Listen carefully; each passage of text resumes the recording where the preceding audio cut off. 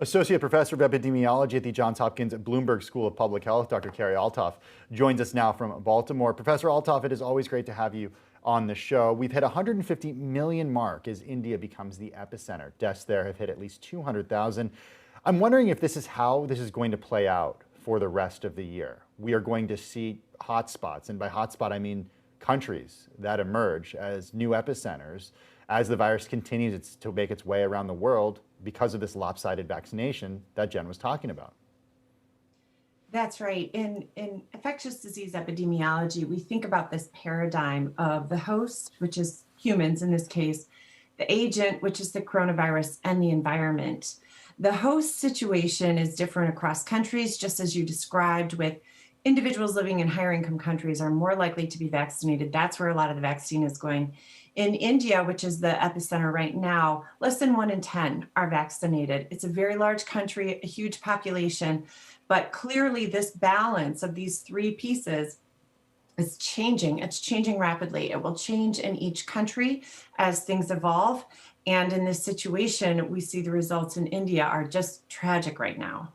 So, Carrie, then how concerning should it be for other countries what's happening in India?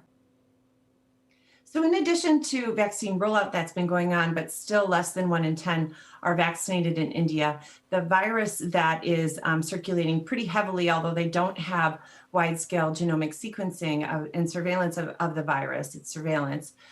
They are finding this strain that is a bit more transmissible. It also has some signal that it might elude some of the neutralizing antibodies. It doesn't mean that the vaccines are ineffective by any way, but even just a small decline in the protection there can be really important on this scale. And then, of course, environment. There have been even large-scale outdoor gatherings, and when we put that many people together in any one place, indoors or outdoors, the risk does increase. And so as we see this shift around in India, it's unfortunately and tragically resulted in this huge boom of cases. And now we are setting records daily for the number of coronavirus infections in any one country. Sadly, that's happening in India every day now. How do we think about mutations in the context of vaccines? And I want to ask specifically about what some executives are saying who are at the forefront of developing vaccines. Check out what this Moderna executive said on Bloomberg TV just yesterday. I worry deeply about new variants, but also variants of variants emerging as the virus keeps evolving. And I think we're not out of this. This is why we decide to invest more for next year. Very concerned about those variants. And what are your thoughts on that?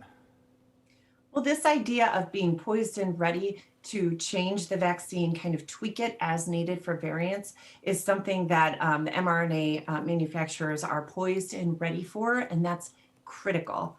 Because as we know, when virus replicates, that's when it mutates, and that's when variants come about.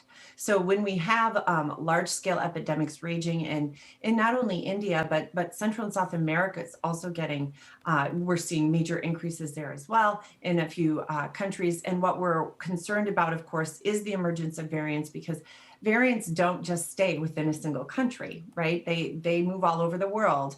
And so if we even have a country that does have higher levels of vaccination, but a new variant comes in and the effectiveness of that vaccine has been decreased even a little bit, it can play out at a population level that's more cases than and could potentially threaten healthcare systems again. So these companies are getting themselves ready to position and move. The mRNA technology is brand new technology at this scale. And so it will be very fascinating to see how this technology could potentially move to change and be a little bit more effective against a variant should one emerge.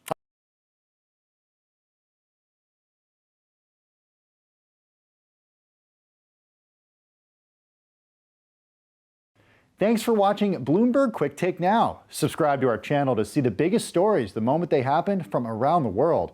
And tune in to our 24/7 live stream for global news coverage, interviews, deep dive shows, and documentaries on the stories you care about most.